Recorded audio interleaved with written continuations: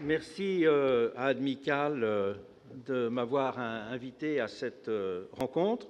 Je m'intéresse depuis longtemps aux questions du mécénat parce que quand on est un historien de l'État, ce qui est en partie mon cas, eh bien nécessairement on rencontre la question de l'action publique sous d'autres formes que celle de l'État. Une petite réflexion sémantique d'abord.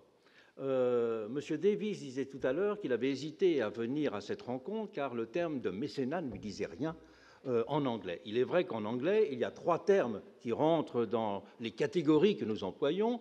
Il y a l'expression le philanthrope, le patron et le donneur. Le philanthrope, c'est celui qui donne énormément d'argent.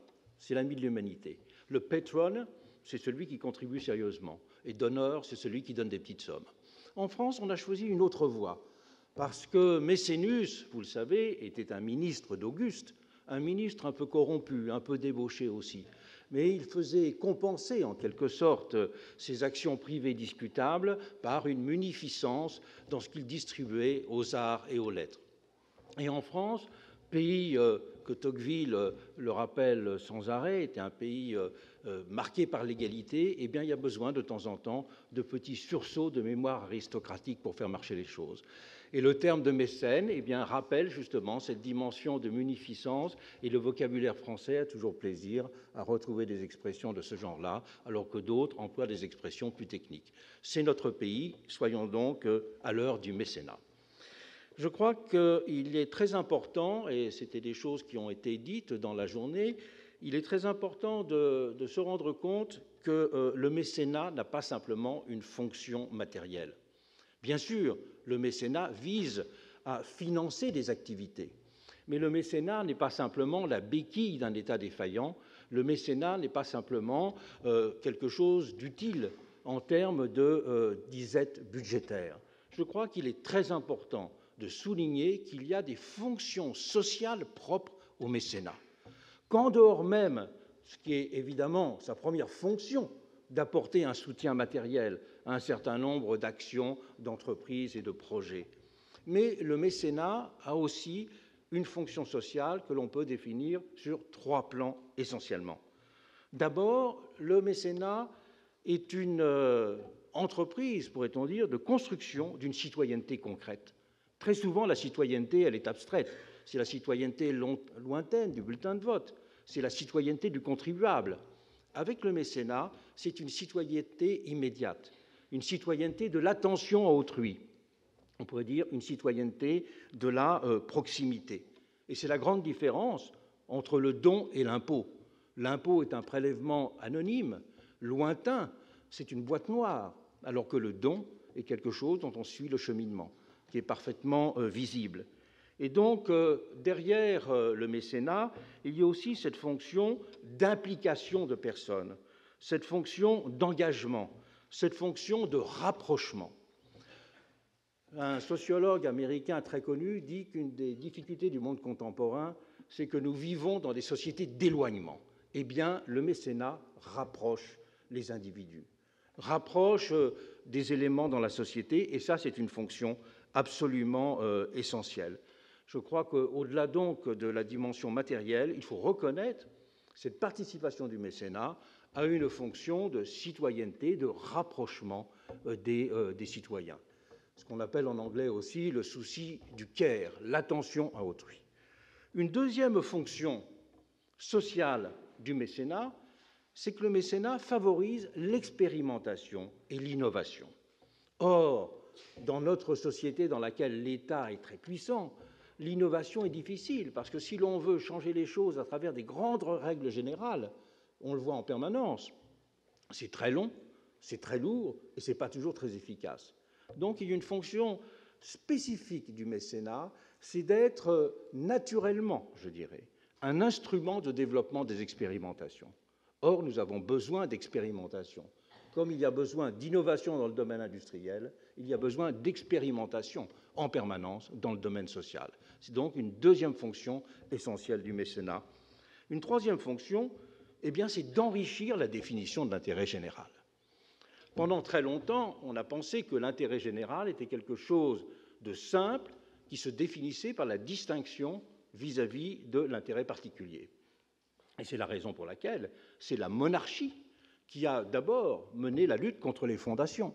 Si vous regardez l'article Fondation de l'encyclopédie de Diderot et d'Alembert, il est écrit par Turgot. Et que dit Turgot dans cet article célèbre de l'encyclopédie?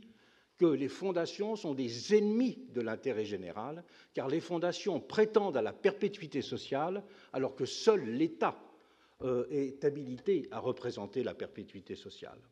Donc, il y a une réticence, je dirais, historique au développement des fondations en France. Et au moment où on a mis en place la loi de 1901 sur les associations, eh bien, on n'a pas voulu construire de droit des fondations. Et vous le savez, il n'y a toujours pas de droit des fondations, puisque chaque fondation est une construction spécifique et déterminée, je dirais, par une autorisation particulière et non par un droit général. Et cette idée que l'État représente seul l'intérêt général, c'est lié aussi, dans l'histoire de France, à l'idée qu'il y avait des serviteurs de l'État, qui étaient les agents immédiats et concrets de ce service de l'intérêt général. Ceux qui pouvaient dire, comme les magistrats de Daguesseau, je suis en quelque sorte la voix de l'intérêt général, je l'incarne. Il y avait non seulement une idée intellectuelle de l'intérêt général en France, mais une vision de l'incarnation de l'intérêt général dans des corps de magistrats et dans des corps de hauts fonctionnaires. Nous voyons bien aujourd'hui qu'il y a un affaiblissement progressif, mais considérable, de cette définition de l'intérêt général.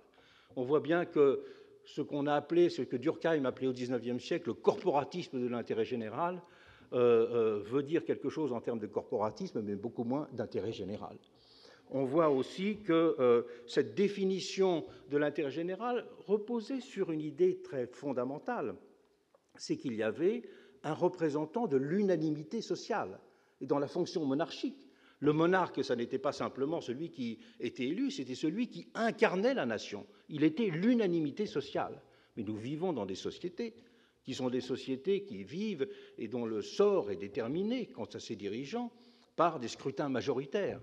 Eh bien, passer d'un scrutin majoritaire à l'intérêt général, il y a une grande différence.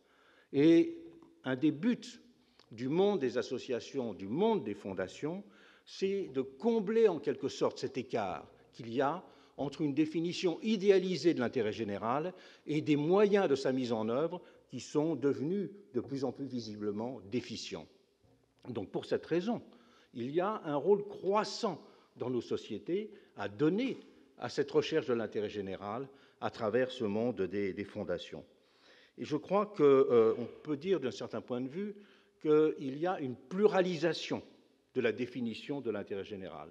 Augustin de Romanet disait que le propre de l'intérêt général, et c'est comme le propre de la démocratie généralement, c'est d'être le concept ou la notion qui est toujours en discussion et qui doit toujours être activée. Personne n'est propriétaire de l'intérêt général. Et je crois que pour cela, c'est une troisième fonction très importante des fondations, du mécénat, c'est de contribuer à cette pluralisation, à cet enrichissement de la notion d'intérêt général. Et de montrer donc que le service public, c'est d'abord le service du public. C'est une chose qui souvent est trop oubliée, pourrait-on dire, et donc il y a cette nécessité d'une présence des fondations pour ces trois fonctions sociales que je viens de mentionner. Mais il faut terminer aussi en faisant un certain nombre de réflexions. On voit bien qu'il y a un danger qui serait de passer de l'étatisme au philanthropisme. On a fait référence tout à l'heure au fait qu'il peut y avoir une dimension purement libertarienne, en disant qu'au fond, et c'était le philosophe américain Nozick qui a défendu cette vision-là, c'est à chacun de défendre sa conception d'intérêt général et qu'il y ait une privatisation totale, je dirais, de la définition de l'intérêt général. Ça, c'est véritablement une question, et je crois que ce n'est pas par des régulations publiques qu'on y répondra. On y répondra par ce qui est le régulateur le plus sûr des sociétés démocratiques, à savoir par, le mot était employé tout à l'heure, par la transparence, par le débat public. Les fondations et tous les organismes que l'on peut mettre sous le chapeau du mécénat doivent jouer un rôle important, non pas simplement dans leur action, mais dans l'animation du débat public sur leur action, dans l'animation du débat public sur ce que veut dire l'intérêt général. C'est une liberté, mais c'est une liberté qui doit être adossée à une éthique, on l'a dit, et c'est une liberté qui doit être aussi organisée. Je crois à cet égard qu'il y a plusieurs pages dans Le Monde de ce soir, à cause de l'événement qui a lieu pendant cette journée, mais il est très important que le monde du mécénat trouve une place plus grande dans le débat public aujourd'hui, et que ce n'est pas simplement l'action qui compte, mais c'est la façon dont l'action construit aussi un autre rapport de la société au bien commun. Et ce rapport de la société au bien commun, c'est ce qui permet de construire une société dans laquelle il y ait davantage de communalité. Et nous voyons bien à quel point aujourd'hui ce déficit de communalité, il est celui qui nourrit à la fois tous les populismes et toutes les formes d'éloignement dans la société. Donc le monde du mécénat doit être non seulement l'instrument financier pour supporter un certain nombre d'actions, mais également, je pourrais dire, presque le mouvement qui permet de contribuer à cette défense d'une société dans laquelle le vivre ensemble, pour reprendre cette expression fameuse, devient un peu plus une réalité qu'il ne l'est aujourd'hui. Je vous remercie.